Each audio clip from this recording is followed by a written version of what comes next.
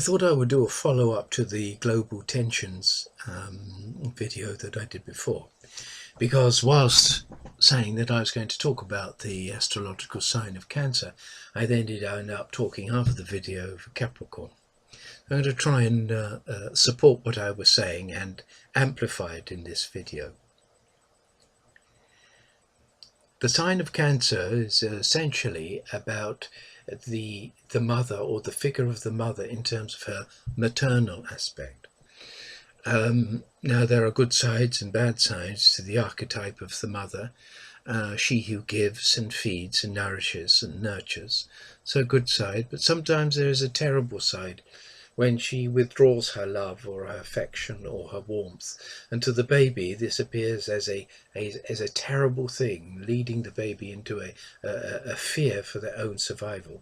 So the archetype of the mother, that which provides or nourishes, or that which takes away nourishment and life and warmth and safety, is pictured as a kind of terrible mother or a good mother. That's how the object relations people like to frame it. There's the good and the bad side.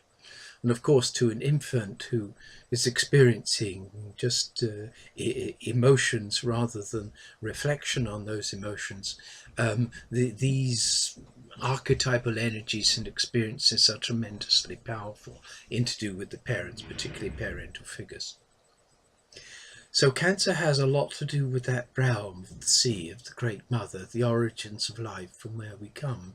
And in its expression in human form, there's often to do with providing the vocational element of the sign is to do with providing a matrix in which nascent potential can grow. Now, the nascent potential is the next sign of Leo, which is the the child, the divine child with a creative gift, who is searching for their own unique identity. Cancer before that is the nest, or the womb, or the provider, which nourishes and nurtures that nascent potential while it's at its most vulnerable. So the Cancer is typical to do with the nurse or the midwife. Isabel Pagan calls it the sign of the teacher, but it's a teacher not just because of the impartation of information or things to do or graded schemes. It's about providing a place, a place in which expressions of emotion and one can take place without too much judgment. Now, this is the positive side of the sign, and so that it creates an emotional bonding, an empathy, or a rapport between people on a deeply emotional level, through which one can then trust life. I think it was Erickson, was it? I think it was Erickson's, to do with this idea of a basic trust in life, what Eric Newman called the primal relationship between the mother and the infant, to do with that essential exchange. I think that's why the two there's this the arms of the sign itself are kind of like a cradle, or a nesting, or a holding of the babe in arms. What this leads to later on in life, however, is the struggle to work through emotional attachments and the loss of emotional attachments. We also find that very powerfully shown in the other water signs, particularly Scorpio, who find emotional attachment and the loss of attachment is like a death. To Cancer, that can be the case sometimes, but it feels more like abandonment and rejection. These are often two of the key themes which come up deeply in the emotional experience of people with planets in Capricorn, particularly the Sun, often the Moon. The person won't realize it at an intellectual level, but simply the emotional level of the Cancer will feel rejected and abandoned and lost. And the one major emotion that goes along with this is a form of depression. It's not an existential depression in the face of the hardships of life. It's a feeling that one, as I say, has no attachment left. one has been left adrift at sea. And the life of a Cancerian seems to revolve, or the person learns about life through this series of loss of attachment. First of all to home, to mother, and then relationships. Some Cancerians, of course, are attached to old cars or bits and pieces in their drawer, or old photographs. They're often famous collectors of things. Um, but whatever it is, whether it's a photograph, it contains a memory, and a memory of where one was at a particular time, and how the atmosphere or the situation affected their sense of safety and belonging at any particular event, person, situation, or a period of time. Now, what I'm building up to is that in the global state of affairs, um, the sign of Cancer is being rather repressed by having Saturn and Pluto in the opposite sign. It's cast into the shadow, and unfortunately, when a sign is cast into the shadow, its shadowy elements come out. Cancer feels as if it's been rejected. It is, of course, a highly subjective affair whether one has been abandoned, or whether this is a task for the future to look at, to be able to hold oneself. This is what I said in the first video, that the positive qualities of Cancer are about really coming to grips with one's emotional reactions to life, so they don't spill out all over the place and then beg for everybody to be their mother that they've lost.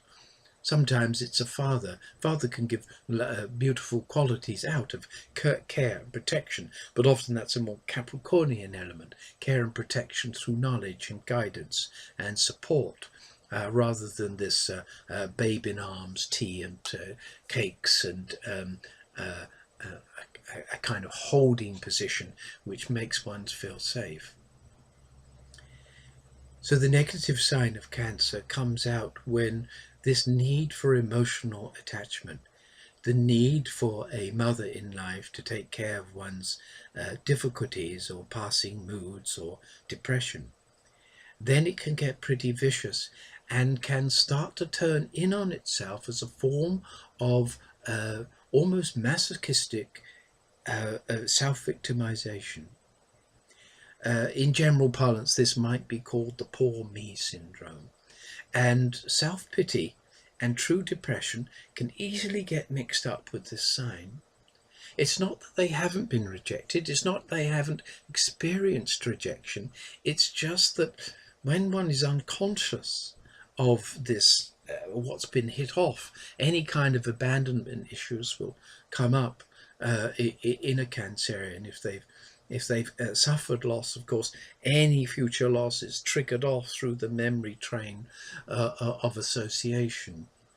But in the world generally, because this sign has been put in the shadow, so to speak, by Saturn and Pluto in the opposite, we tend to get this self-victimization situation arising to the surface, demanding that the Capricornian hierarchical structures pay attention to what they're doing.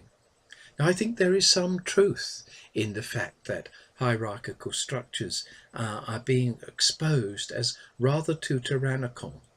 I read about Philip Green today having his Sir Philip Green title taken off him. Poor love, he only has 3.6 billion left, I think, in the bank now.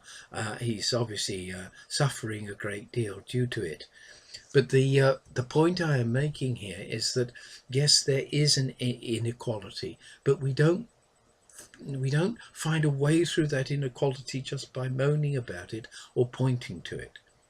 I've just betrayed my own kind of envy, I suppose, a little, or my sarcastic mind being placed on a person that has more than me. Of course, I would love to have more resources to float around with, to play with, and to be with, make me feel much more secure. Cancerians often have a thing about money, just as bad as Taurians do. Have one bank account there and a little there and a little stash and a pile somewhere else, just for their kind of emotional security.